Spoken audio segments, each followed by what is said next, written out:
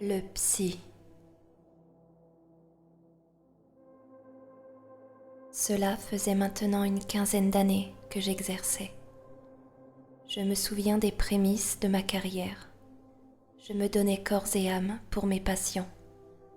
Je voulais tellement les aider, comprendre les mécanismes psychiques qui les poussaient à agir de la sorte que parfois, j'oubliais de garder cette distance sacrée que tout psychiatre se doit d'établir.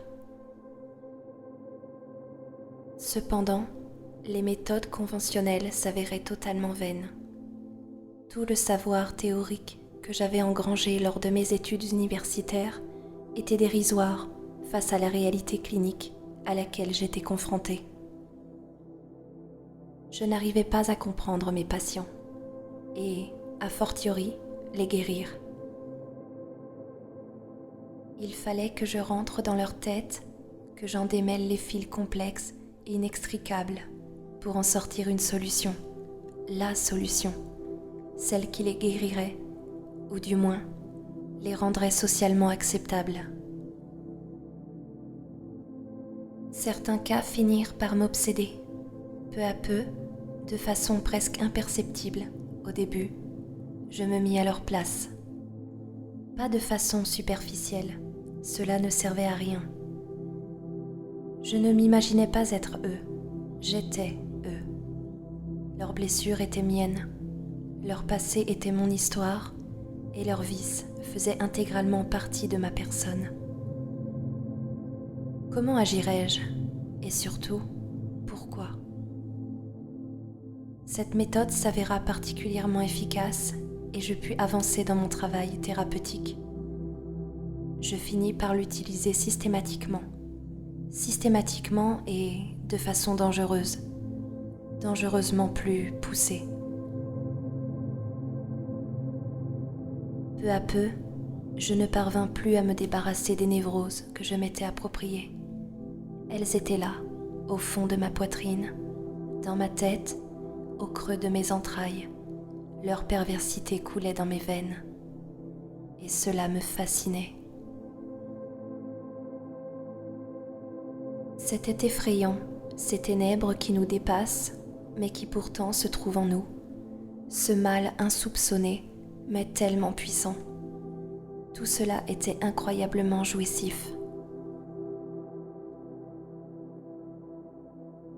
Je me sentais perdre le contrôle, passer inéluctablement de l'autre côté, laissant celui que j'ai toujours cru être, l'écrasant de tout son poids par ce nouveau moi, ce moi que je ne reconnaissais plus, ce moi qui m'attirait autant qu'il me terrifiait. Tout était possible à présent. J'avais le pouvoir entre mes mains, aucune inhibition ne pouvait m'empêcher d'agir.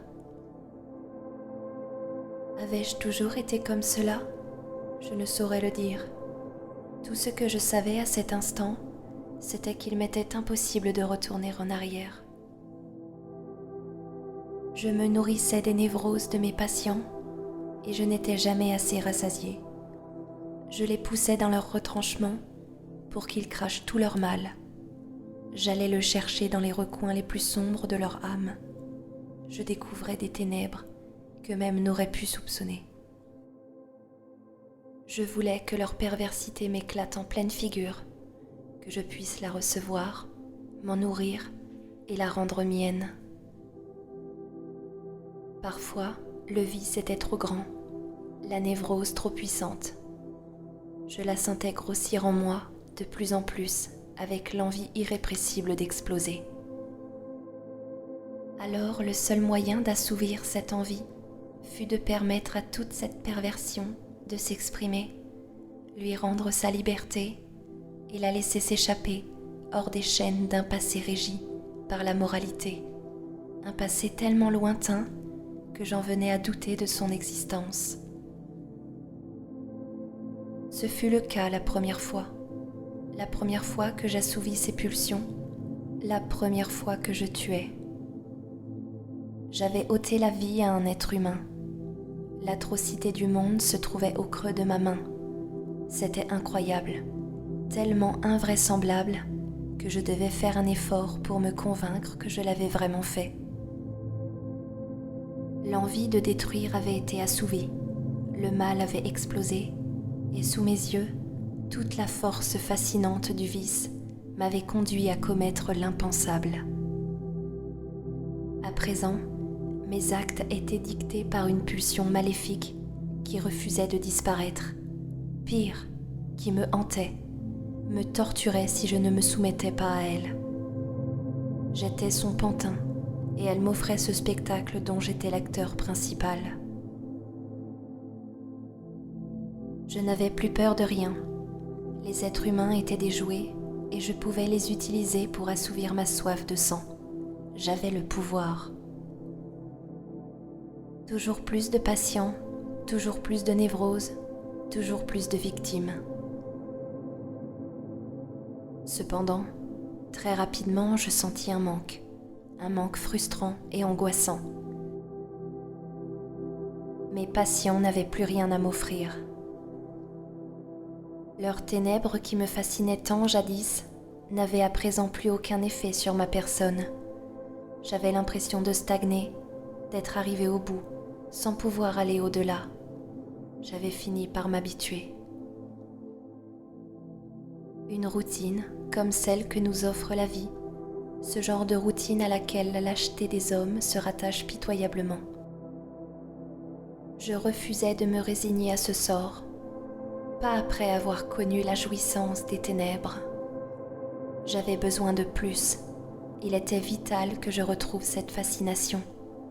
Je sentais quelque chose s'éteindre peu à peu à l'intérieur de moi. Je redevenais un simple humain. Il était arrivé au moment où j'avais eu le plus besoin de lui. Son dossier le décrivait comme un narcissique à tendance perverse et sadique. Il avait été interné après avoir étranglé sa mère, sans aucune raison. Je me souviendrai toute ma vie de notre rencontre. Il m'attendait dans mon bureau, tête baissée. Lorsqu'il planta ses yeux dans les miens, une lame me transperça. Je dus faire un effort incommensurable pour ne pas montrer que j'étais déstabilisée. Cet effort fut évidemment vain. Ce visage d'enfant portait dans le regard toute la barbarie, toute la bestialité, toute l'atrocité du monde. Il n'y avait pas une once d'humanité dans ces yeux-là. Il était resté muet durant l'intégralité de la séance. Son visage était impassible, pourtant, je pouvais voir un sourire invisible au coin de ses lèvres. Il me méprisait. J'avais envie de lui crier que moi aussi je connaissais les ténèbres, que le mal avait aussi assiégé mon être, que je lui avais obéi plus d'une fois. Mais pourtant, au fond de moi, je savais que je ne pouvais pas me comparer à lui. Le mal n'avait pas assiégé son être. Le mal, c'était lui. Je mentirais si je disais qu'il ne m'effrayait pas. Il m'effrayait autant qu'il me fascinait. Je voulais en savoir plus. Je voulais connaître ses ténèbres et m'en imprégner. Cela devait être magnifique, tellement puissant. Je voulais pouvoir regarder n'importe quel être humain avec ce sourire invisible, ce sourire témoin d'une supériorité vis-à-vis de la race humaine. À la séance suivante, il m'adressa la parole. Si seulement il avait continué à se taire. Je sais ce que vous cherchez, je peux vous le donner, à condition que vous m'aidiez en retour. Il se tut pendant une longue minute. Son air impassible me glaçait le sang. Son regard me pétrifiait. Fébrilement, je trouvai la force de lui répondre. « J'ignore de quoi vous parlez. Continuons la séance, je vous prie. »« Allons, vous y avez goûté. Je le vois dans vos yeux. Le comble pour un psy. Mais vous avez aimé ça, et je sais que vous en voulez plus. Je peux vous donner accès à un monde encore jamais connu, un monde dans lequel vous seriez le maître. L'ennui est le pire des poisons, n'est-ce pas? La société a laissé en vous des principes tellement ancrés qu'ils ont fini par faire partie de votre identité. Et vous détestez ça. Toutes ces inhibitions vous asservissent. Je peux vous aider à vous en débarrasser. Le mal vous maîtrise. Vous n'êtes que son esclave, un misérable pantin. Il est temps que vous soyez votre propre maître. Vous ne croyez pas? Votre existence ne sera plus jamais la même. Vous ne serez plus un simple mortel. Vous vivrez une vie exceptionnelle. Ces paroles, ces mots m'avaient hypnotisé et en même temps, ils me torturaient. J'avais envie qu'il continue de parler autant que j'avais envie de le supplier d'arrêter. Peu à peu, ce sentiment de confusion disparut. Je me sentis euphorique. Ce qu'il venait de dire, c'était exactement ce que tout mon être désirait, et ce au plus profond de lui-même. Et il se tenait là, devant moi, me promettant de m'offrir cette vie qui m'attirait rageusement à elle. Et qu'attendez-vous de moi? Tuez-moi. Pardon? Tuez-moi. À la fin de cette séance, cela sera parfait. Vous êtes la personne la plus apte à le faire. Je vous ai cherché longtemps, vous savez. Tout cela n'a pas de sens. Comment pourriez-vous m'offrir ce que vous me promettez une fois mort? Je n'ai pas besoin de vous convaincre, docteur. Vous savez parfaitement ce que je peux vous apporter. Il posa un couteau de cuisine sur mon bureau et le poussa vers moi, sans me quitter du regard. Je le saisis, la main tremblante. Au fond, qu'est-ce que je perdais? Pour la première fois, je ressentis la peur de tuer. Pas la peur salvatrice et exquise moteur de mes actes, mais une peur paralysante, angoissante. Je savais que cet acte allait changer le cours de mon existence de façon irrévocable, mais je ne pouvais plus revenir en arrière. Il était trop tard.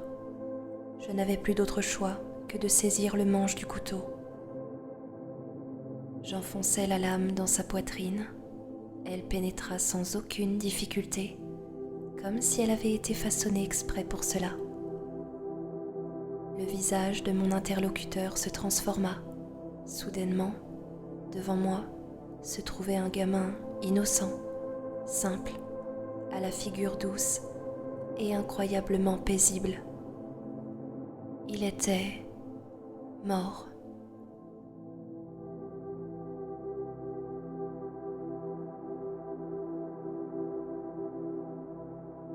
Cette histoire est maintenant terminée. Merci de l'avoir écoutée. Je vous souhaite une excellente nuit de sommeil. À bientôt.